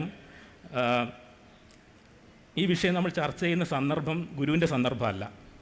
അതുകൊണ്ട് ഡോക്ടർ അംബേദ്കറുടെ ഏറ്റവും നിർണായകമായിട്ടുള്ള ഒരു തിരിച്ചറിവാണ് ദളിതർ ഹിന്ദു സമുദായം തന്നെ വിട്ടുപോയാലേ അവരനുഭവിക്കുന്ന സ്റ്റിഗ്മ, നാണക്കേട് മാറുകയുള്ളൂ എന്നത്. അപ്പോൾ ഉന്നാ പ്രക്ഷോഭത്തിലെ പ്രധാനപ്പെട്ട ഒരു മുദ്രാവാക്യവും ജാതി തൊഴിലുകൾ ഉപേക്ഷിക്കുക എന്നുള്ളതാണ്. അതുകൊണ്ട് പശു എന്ന് പറയുന്ന ഒരു ചിഹ്നത്തെ ചിഹ്നപരമായി നമ്മൾ ഉപേക്ഷിക്കുന്നത് പോലെ തന്നെ പ്രധാനമാണ് ഈ കാലയളവിൽ. ഇപ്പോൾ ഇവിടെ പലരും സൂചിപ്പിക്കപ്പെട്ട പോലെ ഗുരുദേവൻ എന്ന് പറയുന്ന ഒരു പ്രതിബിംബത്തെയും ഒക്കെ നമ്മൾ ഉപേക്ഷിക്കേണ്ടതുണ്ട്. ശിവനെ പോലും ഒരർത്ഥത്തിൽ ഉപേക്ഷിക്കാവുന്ന ഒരു കാലമാണ്. അതുകൊണ്ട് ഭൂമി അല്ലെങ്കിൽ സ്വത്തുടമസ്ഥത വേണമെന്ന് കേരളത്തിലെ ദളിതർ ആവശ്യപ്പെടുന്നുണ്ടെങ്കിൽ അത് അവരുടെ ആത്മസമർത്ഥനത്തിന്, നേരത്തെ സൂചിപ്പിച്ചതുപോലുള്ള ആത്മാഭിമാനത്തിന് വേണ്ടിയുള്ള ഒരു നീക്കമാണ്. നാരായണഗുരു നടത്തിയ നീക്കങ്ങളൊക്കെ ഞാൻ ആ രീതിയിലാണ് കാണുന്നത്. അതുകൊണ്ട് ആത്മാഭിമാനത്തിന് വേണ്ടിയുള്ള നീക്കത്തിൽ നാരായണഗുരു കൊണ്ടുവന്ന ബിംബങ്ങളെ അടക്കം വിമർശന വിധേയമാക്കണമെങ്കിൽ അതിന് തയ്യാറാവേണ്ട ഒരു സന്ദർഭമാണ് നമ്മുടേത് എന്നും എനിക്ക് തോന്നുന്നു. അതുകൊണ്ട് ശരിക്ക് കേരള ആധുനികതയും കേരള മോഡലും പരാജയമായിട്ടുണ്ടെന്ന്. അതുകൊണ്ട് ശ്രീനാരായണ ഗുരുവിനെ ഇന്ന് ചിഹ്നപരമായി ഉയർത്തിപ്പിടിക്കാൻ ശ്രമിക്കുന്ന ഇടതുപക്ഷ വ്യവസ്ഥാപിത സാമ്പ്രദായിക ഇടതുപക്ഷത്തെ കൂടി വിമർശന വിധേയമാക്കിക്കൊണ്ട് മാത്രമേ നമുക്കിതിനെ കാണാൻ പറ്റുള്ളൂ എന്നാണ് ഞാൻ വിചാരിക്കുന്നത്. ഒരു രണ്ട് കാര്യങ്ങളും കൂടി ഈ ഒരു ചരരാശിയും സ്ഥിരരാശിയുമായി ബന്ധപ്പെട്ട് ഞാൻ സൂചിപ്പിക്കാം.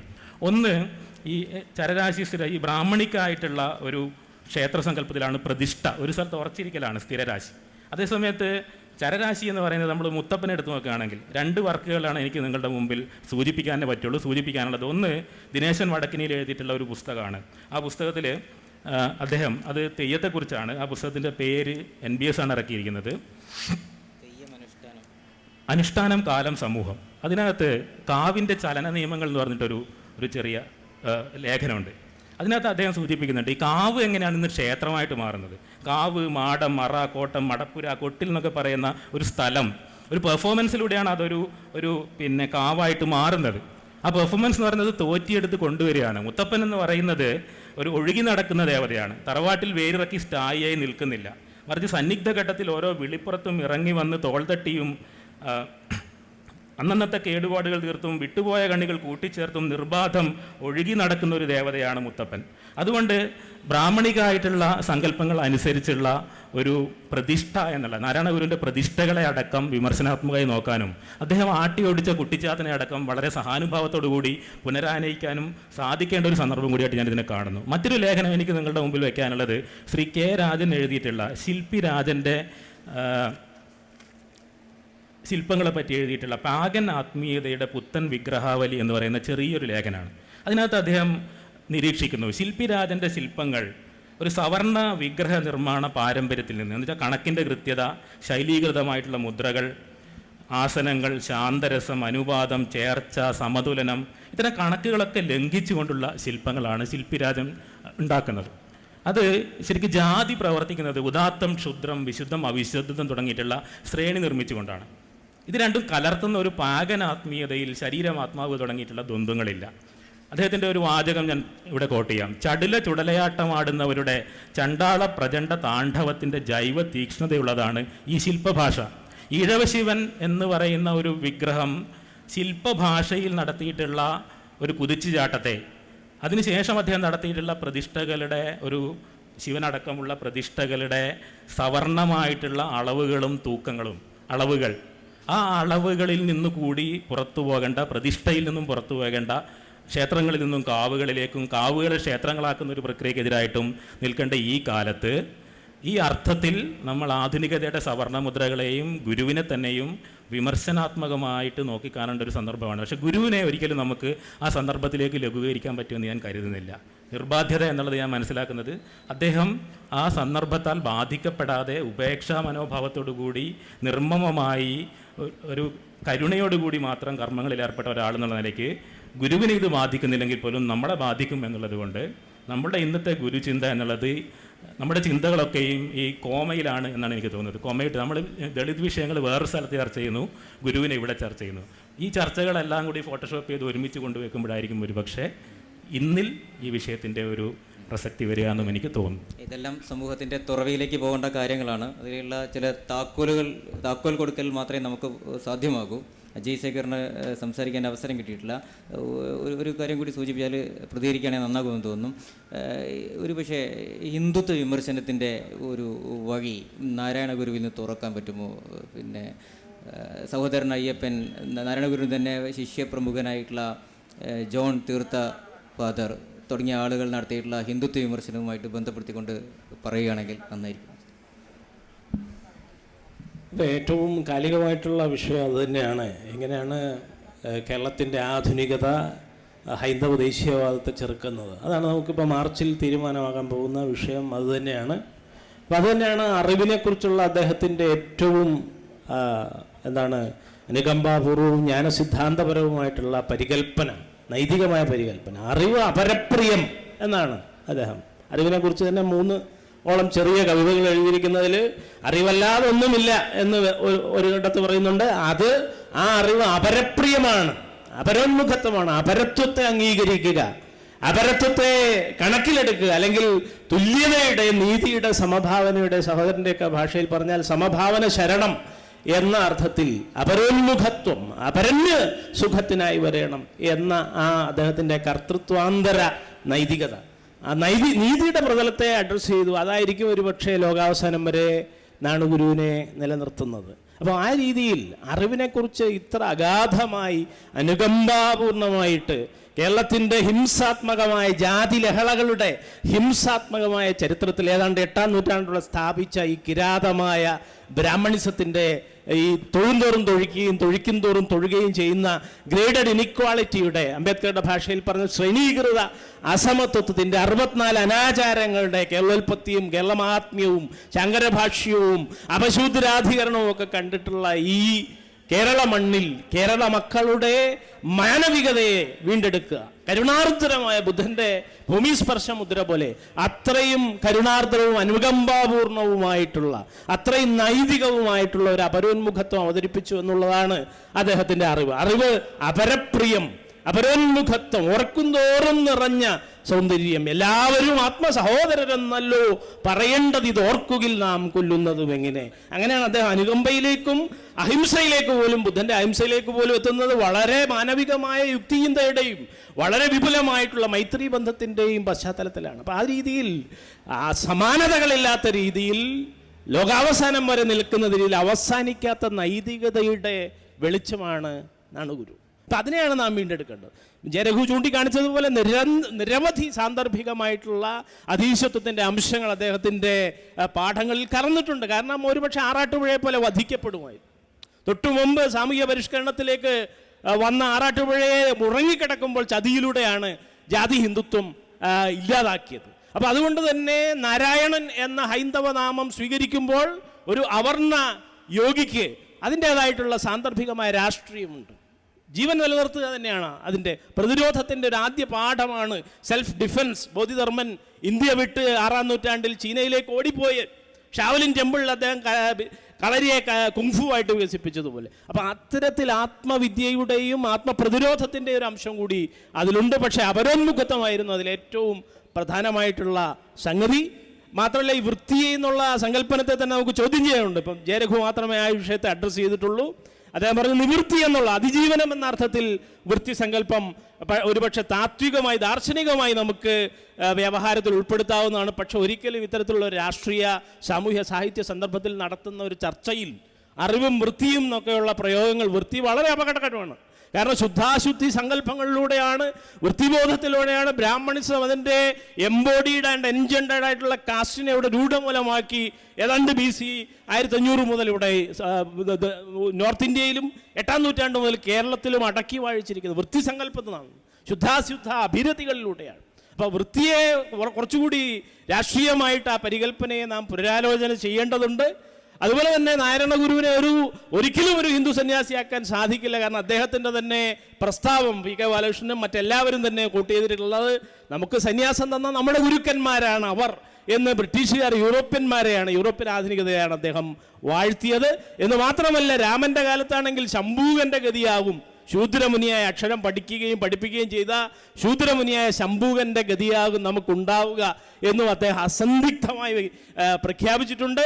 മാത്രവുമല്ല, എന്താണ് കാരണം? ശ്രുതികൾ നോക്കി ഭരിക്കുന്നവരല്ലേ, മനുസ്മൃതിയും ശ്രുതിയും നോക്കി ഭരിക്കുന്നവരല്ലേ ഹിന്ദുക്കൾ എന്നും കൂടി പറയുന്നുണ്ട്. അതുകൊണ്ട് താൻ ഒരിക്കലും ആ അർത്ഥത്തിലുള്ള ഒരു ഹിന്ദു സന്യാസി അല്ലെന്നും താൻ മാനവികതയുടെ ഒരു പരിവ്രാജകനാണെന്നുള്ള ആ രീതിയിലാണ്. പിന്നെ അദ്ദേഹത്തിൻ്റെ ക്ഷേത്ര സങ്കല്പത്തെക്കുറിച്ചും പ്രതിഷ്ഠകളെക്കുറിച്ചൊക്കെ പറയുമ്പോൾ അതിൽ ഹൈന്ദവികതയ്ക്ക് അപ്പുറത്തേക്കുള്ള ആധാരങ്ങളുണ്ട്. അദ്ദേഹത്തിൻ്റെ വംശാവലികളെ പരിശോധിക്കണം, അദ്ദേഹത്തിൻ്റെ കേരളത്തിൻ്റെ മധ്യകാലത്തിന് മുമ്പുള്ള ചരിത്രത്തെ പരിശോധിക്കണം. ഇവിടെ മൂടി വെക്കുകയും ഇവിടെ മായ്ക്കുകയും ഇവിടെ ജാതി ഹിന്ദു പെഡഗോജിയിലൂടെ ഇല്ലാതാക്കുകയും കാവ്യവൽക്കരിക്കുകയും ചെയ്തിരിക്കുന്ന യഥാർത്ഥ ബൗദ്ധമായ ചരിത്രത്തെക്കുറിച്ച് നാം സംഭാഷണം ചെയ്യണം. അതാണിപ്പോൾ ജനനീ നവരത്ന വഞ്ചിനി എഴുതിക്കൊണ്ടാണ് അദ്ദേഹം ശാരദാ പ്രതിഷ്ഠ നടത്തുന്നത്.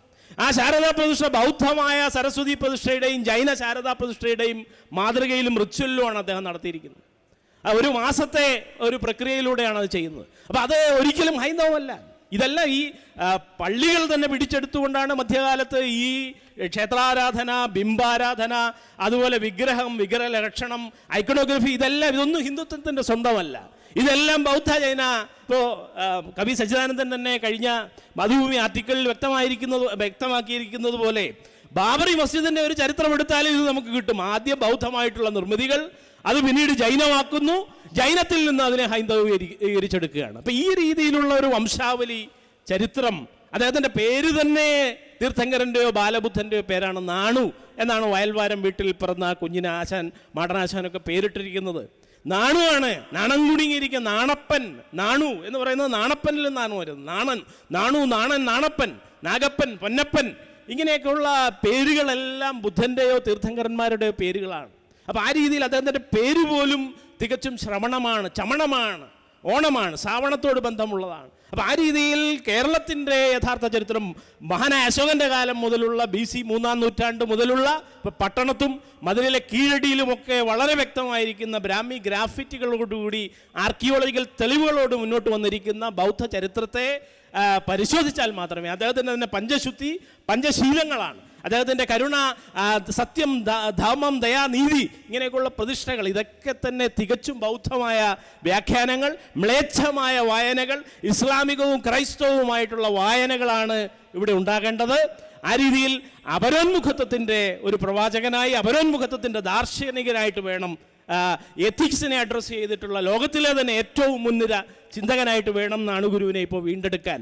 എന്നാൽ മാത്രമേ നമുക്ക് ബാബാ സാഹിബിനെ കുറിച്ച് സംസാരിക്കുന്നത് പോലെ തന്നെ ഈ പ്രതിസന്ധി ഘട്ടത്തിൽ ഹൈന്ദവീകരണത്തിൻ്റെ ഈ ഭീകരമായിട്ടുള്ള നരകത്തിൽ നിന്ന് നമുക്ക് മോചനം വേണമെങ്കിൽ ബാബാ സാഹിബിൻ്റെ പ്രയോഗമാണ് 56-ൽ അശോക വിജയദശമിയിൽ അദ്ദേഹം ദീക്ഷാഭൂമിയിൽ നാഗ്പൂരിൽ നാഗപുരത്ത് വെച്ച് നടത്തിയ പ്രഖ്യാപനം, നരകത്തിൽ നിന്ന് ഞാൻ മോചിപ്പിക്കപ്പെട്ടിരിക്കുന്നു പറഞ്ഞ ജാതിയുടെ നരകത്തിൽ നിന്ന് കേരള മക്കൾക്ക് മോചനം ഉണ്ടാകണമെങ്കിൽ ആ രീതിയിലുള്ള ഒരു വിമോചന വായന, അദ്ദേഹത്തിൻ്റെ നൈതികതയെ, അദ്ദേഹത്തിൻ്റെ സാഹോദര്യത്തെ, അദ്ദേഹത്തിൻ്റെ അനുകമ്പയെ, ആ കരുണാർദ്രതയെ മുന്നോട്ട് വെക്കുന്ന ഒരു വ്യാഖ്യാനം, വിമോചന വായനകൾ ഉയർന്നു വരാൻ, മ്ലേച്ഛമായ വിമോചന വായനകൾ ഉയർന്നു വരേണ്ടിയിരിക്കുന്നു. നന്ദി. നമ്മൾ ചർച്ച ഇതിൻ്റെ ഭാഗമായിട്ട് വരേണ്ടതാണ്. പക്ഷേ സമയപരിമിതി മൂലം നമ്മൾ ചർച്ച ഒഴിവാക്കുകയാണ്. ചർച്ച ഒഴിവാക്കുക എന്ന് പറഞ്ഞാൽ സാങ്കേതികമായിട്ടാണ്. ഈ സെഷനിൽ പാനലിലിരിക്കുന്ന എല്ലാ ആളുകളും ഈ സെഷൻ കഴിഞ്ഞാലും പുറത്തുണ്ടാകും. നിങ്ങളുടെ സംശയങ്ങളും ചർച്ചകളും അവിടെ 5 മിനിറ്റ് അനുവദിക്കേണ്ടതാണ് എന്ന് സദസ്സിൻ്റെ അഭിപ്രായം. ഓക്കെ, ഏറ്റവും പ്രസക്തമായിട്ടുള്ള ചോദ്യങ്ങൾ മാത്രം ചോദിക്കുക. ബാക്കി നമുക്ക് പുറത്തുനിന്ന് പൂരിപ്പിക്കാവുന്ന വിധത്തിൽ എത്രയും പെട്ടെന്ന് ഇടപെട്ടാൽ നന്നായിരിക്കും.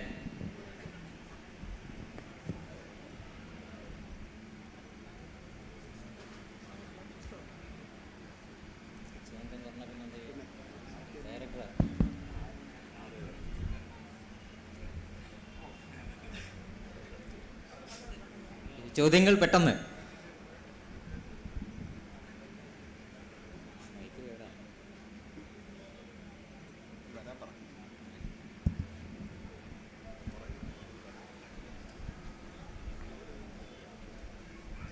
സ്റ്റേജിലേക്ക് വരാം.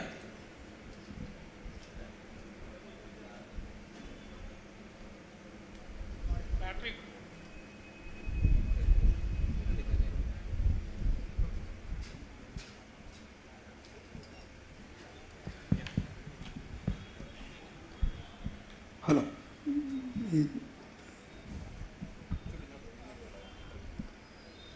ഓരോ അഞ്ച് ആളുകൾ, ശ്രീധരൻ സാർ ഉൾപ്പെടെ 5 പേർ ഇവിടെ നാരായണ ഗുരുവിൻ്റെ ദർശനം വൃത്തി, അത് വിശദീകരണ വിഷയം തന്നെ ഇപ്പോഴും വ്യക്തമല്ല. നാരായണ ഗുരുവിൻ്റെ ദർശനം ഈ സാറ് പറഞ്ഞത് ഞാൻ പൂർണ്ണമായി അംഗീകരിക്കുന്നു. ശങ്കരാചാര്യർക്ക് പോലും ഇവിടെ മൗലികമായ ദർശനമില്ലായിരുന്നു. കാരണം ദർശനം എന്നുള്ള വാക്ക് സൂക്ഷ്മമായി പരിശോധിച്ചാൽ ദർശനം ഒന്നേ ഉണ്ടാവുകയുള്ളൂ. നമ്മുടെ കാഴ്ചക്കുറവുകൊണ്ട് പലത് കാണും. ഇതൊക്കെ വേദാന്ത വിഷയമാണ്. മൗലികമായ ദർശനം ശങ്കരാചാര്യർക്കും ഇല്ലായിരുന്നു, നാരായണ ഗുരുവിനുമില്ലായിരുന്നു, ഇപ്പോഴത്തെ ദർശനക്കാർക്കുമില്ല. അപ്പോൾ അത് ഞാൻ എൻ്റെ അഭിപ്രായം പറഞ്ഞിട്ട് ഒരു ചോദ്യത്തിലേക്ക് വരാൻ പറ്റുള്ളൂ. കാരണം ഈ നാണു എന്നുള്ള പേരിന് ബുദ്ധമതമായിട്ട് ബന്ധമുണ്ടാക്കിയത് മണ്ടത്തരമാണ്. എൻ്റെ ചുറ്റിനുമുള്ള എത്ര നാണുപിള്ളമാരുണ്ട്, നാളുചാന്നാരുണ്ട്, നാണുക്കുറവനുണ്ട് എൻ്റെ കുട്ടിക്കാലത്ത്. അവരെല്ലാം നാരായണനെ ബ്രീഫാക്കി നാണുവാക്കി. അതുകൊണ്ട് ആ രീതിയിൽ വളച്ചൊടിച്ച് പറയുന്നതിനകത്ത് യാതൊരു അർത്ഥവുമില്ല എന്നാണ് എൻ്റെ അഭിപ്രായം. അതൊരു ചോദ്യം തന്നെയാണ്. എൻ്റെ മനസ്സിൽ വന്ന ചോദ്യം പറഞ്ഞു എന്നേ ഉള്ളൂ. സമയക്കുറവുകൊണ്ട് നിർത്തുന്നു. അതൊരു ജനറൽ ചോദ്യം കൂടിയാണ്. ഈ ചോദ്യത്തിനുള്ള ഒരു മറുപടി അല്ല. നേരത്തെ ഇവിടെ ഞങ്ങൾ തമ്മിലുള്ള ഒരു നിർബാധ്യത, നിർമ്മമത, സ്ഥിതപ്രജ്ഞത എന്നൊക്കെ ഒരു സങ്കല്പങ്ങൾ പറഞ്ഞു. അപ്പം അതിനു മുമ്പ് ഈ അറിവ്, വൃത്തി എന്നത് അറ്റാച്ച്മെൻറ്റ്, ഡിറ്റാച്ച്മെൻറ്റ് എന്ന അർത്ഥത്തിൽ നമ്മൾ പറയുന്ന ഈ സ്ഥലം വൃത്തിയാക്കുന്ന വൃത്തിയെപ്പറ്റി അല്ല. അറ്റാച്ച്മെൻറ്റ് ആണ് ഇവിടുത്തെ വൃത്തി. വൈരാഗ്യം അല്ലെങ്കിൽ നിവൃത്തി എന്ന് പറഞ്ഞ ഡിറ്റാച്ച്മെൻറ്റ്. ഇത് സന്യാസിമാരുടെ അദ്വൈതത്തിലെ പദപ്രയോഗങ്ങളാണ്. അപ്പോൾ ഈ നിർബാധ്യത, നിർമ്മമത, സ്ഥിതപ്രജ്ഞത എന്ന് പറയുമ്പോൾ ഈ നിർബാധ്യതയുടെ, നിർമ്മമതയുടെ പരമമായ ഒരു ഉദാഹരണമായി സമീപകാലത്ത് ഇന്ത്യയിൽ അറിയപ്പെടുന്ന ഒരാളാണ് രമണ മഹർഷി. അദ്ദേഹം ജീവിച്ചിരിക്കുമ്പോൾ 2 ലോകയുദ്ധങ്ങൾ നടന്നു, ഹോളോകോസ്റ്റ് നടന്നു, ലക്ഷക്കണക്കിന് മനുഷ്യർ കൊല്ലപ്പെട്ടു. ഇതൊന്നും അദ്ദേഹത്തെ ബാധിച്ചിട്ടില്ല, ഇതൊന്നും അദ്ദേഹത്തെ ദുഃഖിപ്പിച്ചിട്ടില്ല. എന്ന് മാത്രമല്ല, ഗാന്ധിജിയെ പറ്റി അദ്ദേഹം പറഞ്ഞത്, ഗാന്ധിജി നല്ല മനുഷ്യനാണ്, പക്ഷേ അദ്ദേഹത്തിൻ്റെ ഈ വൃത്തി കാരണം, അറ്റാച്ച്മെൻറ്റ് കാരണം മോക്ഷം കിട്ടാനുള്ള സാധ്യതകൾ കളഞ്ഞു കുളിക്കുകയാണ്.